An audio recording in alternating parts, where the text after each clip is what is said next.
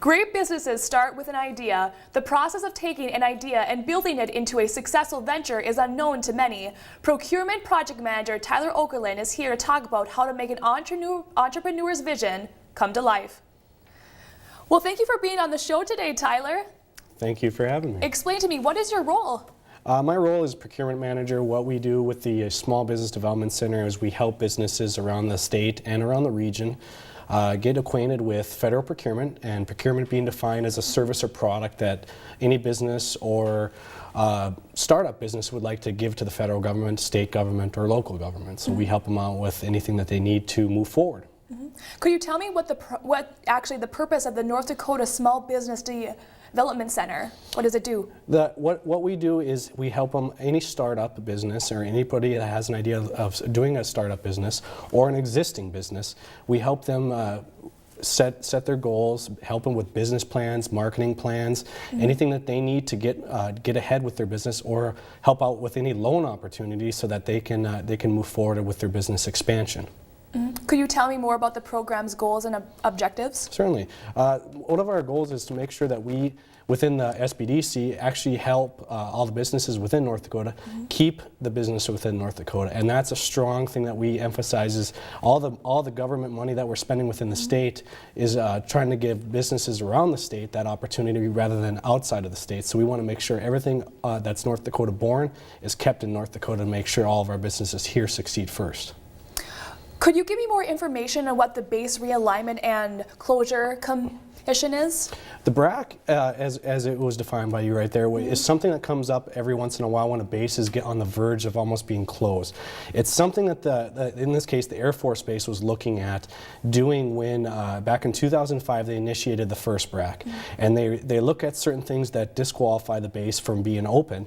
And with this happening, that turned down all the base population from thousands of airmen and civilian workers to roughly around 1,300 workers, and that had a direct impact on the Grand Forks on the Grand Forks community and the county, because as the Grand Forks County does accommodate all those airmen and their families, we also strive on their business as well, because they come off the base to use all of our businesses around the Grand Forks region.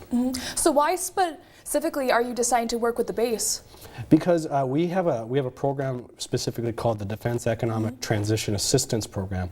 We receive federal funding from the Small Business Administration Office from DC. We also rely on the North Dakota Department of Commerce, and recently we have funds that come from the City of Grand Forks as well.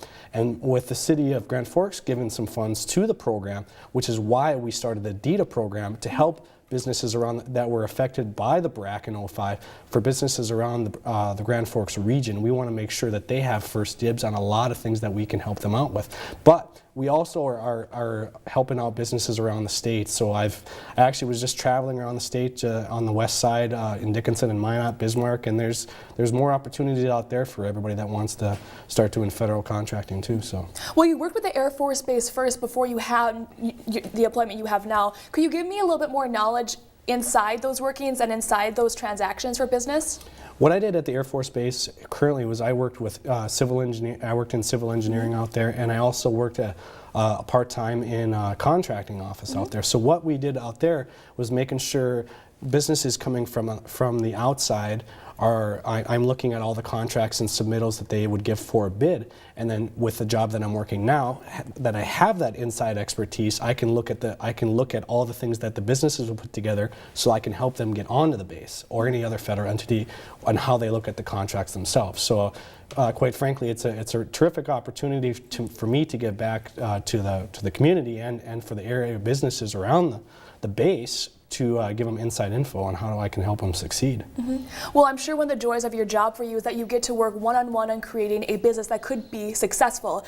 Could you tell me more on just really, is there any business that has stood out for you the most? Well, there's one that had a significant impact, and it was a colleague was working on it, and being that our procurement office did help in that aspect, we were able to help this business get a $2.5 million contract over 5 years at the Air Force Base recently. So that's a great success story to show that a business within Grand Forks, within the city of Grand Forks, has that big of a $1 million contract, basically. So that's a huge plus in doing what I do, and it makes me feel great that a business within Grand Forks is doing that. And not to mention that what we want to do is make sure that everybody within North Dakota can have that opportunity as well. Okay, well, just for also the people watching at home, let's say that I have an idea for a business, I want to bring it up, and I want to come to you as a resource. What are the challenges for someone wanting to start a new business? Depending on whether they're actually going to be going in procurement, which I specialize in, but there's also within the SBDC network, we have offices in Dickinson, Bismarck, Williston, Minot, Jamestown, Fargo, and also Grand Forks here. Within that network, there are people all over the state that can help with finances, putting together projections, and helping with those business plans and marketing plans. So our whole network basically is one giant hub of knowledge that we can help businesses in their process to succeed.